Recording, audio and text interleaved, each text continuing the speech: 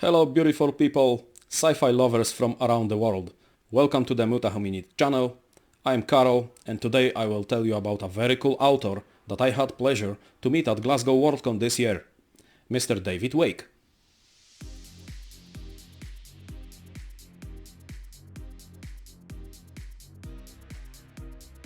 David Wake, as he says himself, was the chair being of the University of Birmingham Science Fiction and Fantasy Society and a member of science fiction fandom ever since.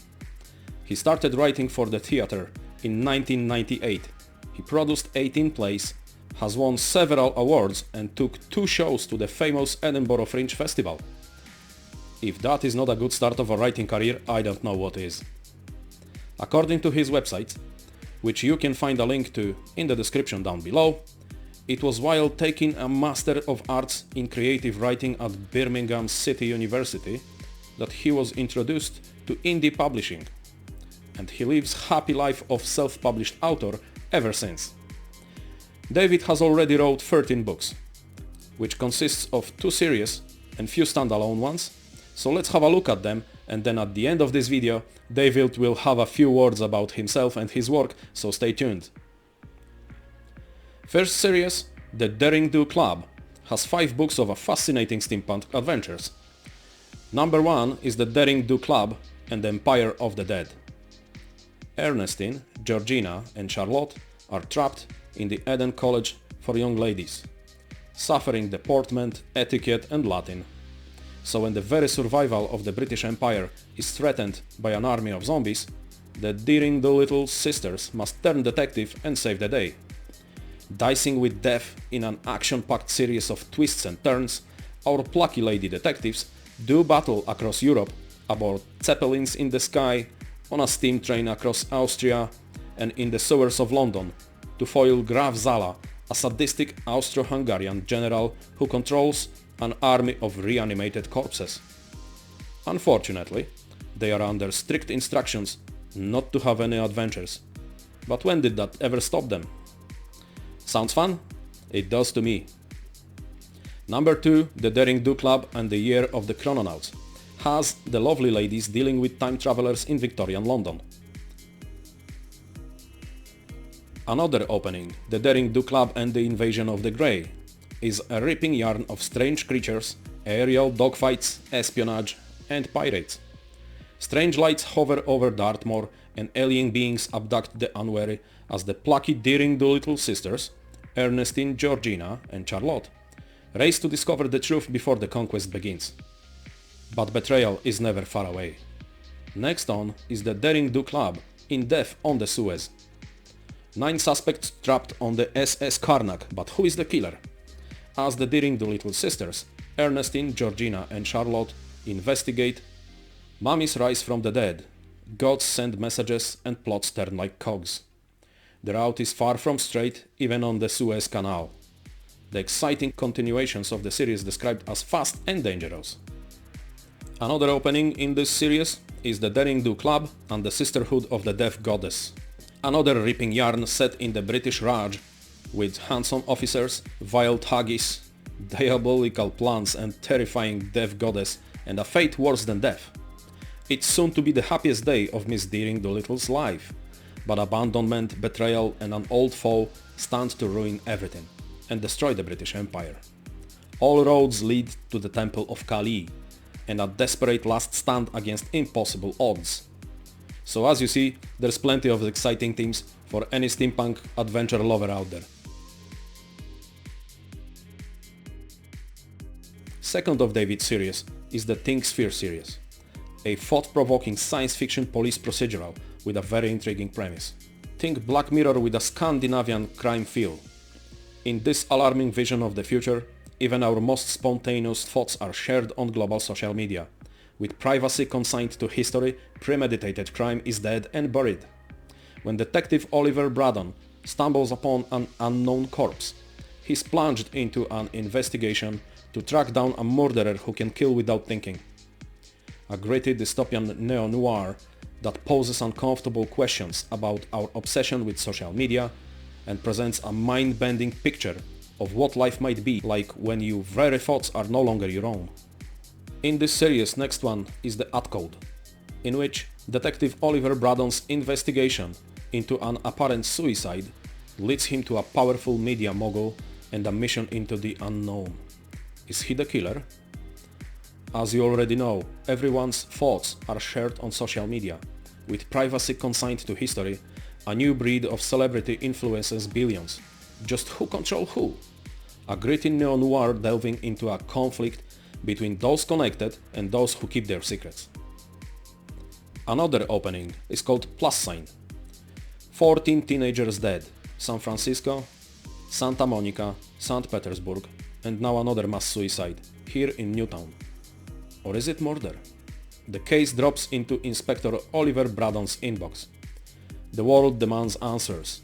With everyone's thoughts shared, liked and monitored, why haven't the police solved the case in the usual 20 seconds? As the pressure builds, Braddon's suspicions focus on a disturbing cult, the Church of the Transcendent Cloud, and a tech billionaire, Jacob Lamb, the creator of the Thinkersphere app, except that he's dead. With more deaths due, Braddon needs to act soon. Plus Sign is a gritty dystopian neo-noir that questions our obsession with religion. Next one is called iPhone.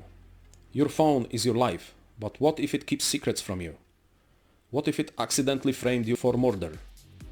What if it was also the only thing that could save you? In a world where phones are more intelligent than humans, but are still thrown away when they become obsolete, one particular piece of plastic lies helpless as its owner, Alice Wooster, is about to be murdered. In this darkly comic near-future tale, a very smartphone tells its own story, as events build to a climatic battle to decide the fate of virtual, augmented and real worlds, and whether it can order Alice some proper clothes. Excellent novel, by turns strikingly original, laugh out loud funny and thought-provoking. Want to read it again? A thoughtful, tense and funny look at future that seems to be already upon us. Those are the comments of the readers. iPhone is a humorous and exciting look at the internet-connected world, the one we are building as we hand over our own functionality to our technology. David's other books, standalone ones, are a wider spectrum of topics, from sci-fi comedy through samurai revenge, pub crawl, to cozy mystery and a rom-com. Roninko is the title of another David's book. In the days of the sword, a girl disguised as a boy turns killer to avenge her samurai master, murdered by a brotherhood of ruthless and powerful men. Following the trail of blood, a brilliant detective, an emperor's watcher, searches for answers only to come face to face with an old enemy, a man honor dictates he must protect. As the death toll rises and the hunter closes in on the hunted, truth seeker and ninja assassin finds themselves at odds, not only with each other but also with their fundamental beliefs: honor or truth, instinct or intellect, justice or revenge.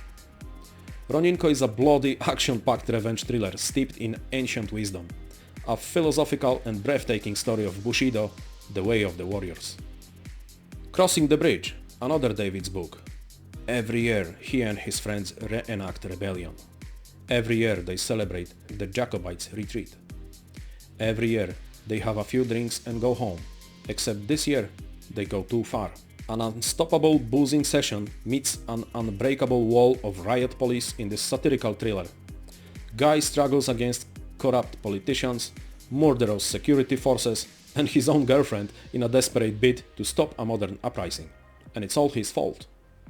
Will anyone survive to last orders? As the comments say, Crossing the Bridge was so enjoyable that I didn't want to finish it. My sort of book, couldn't put it down. Comedy, tension and an uncanny resemblance to the moral fiber of some of our elected representatives. Next David's book is The Murder of Conky Wallop. Murder, mystery, tea and cake. The vicar lies dead. Three budding Miss Marples, Pat, Diane and Annabelle, swing into action and they want answers. Why would anyone want to kill the vicar? Where does Mrs. Entwistle go every night? What was Sir Victor up to at the Warden's? And how will so many murders affect the circulation of the parish magazine? The truth will be uncovered, once they've had a nice cup of tea and a biscuit. Another entry in Dave's list of books is Dawn and the Day of the Dead. It's almost the end of the world, but with pimps on the patio, video games and working in his pants, Dave's having a great apocalypse, until the return to work order shatters his peace. Dawn holds her own, just as the last woman alive, West Midlands emergency area, in a secret bunker, until a surprise visit by the Minister of Resilience, Calmness and Fortitude. Dave needs more than AirPods and sharp elbows to endure his heroic journey to the office, as he battles the worst commuters known to man, hordes of shambling zombies. And Dawn discovers that saving the world is part of her job description. Will Dave make it to the office on time for the team meeting? Will Dawn ever get sufficient supplies of toilet paper? Will the dating app matched lovers ever cross paths?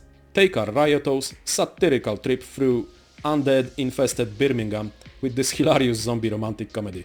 And remember everyone, run very fast, save lives. And lastly, a novella from David Wake, The Other Christmas Carol.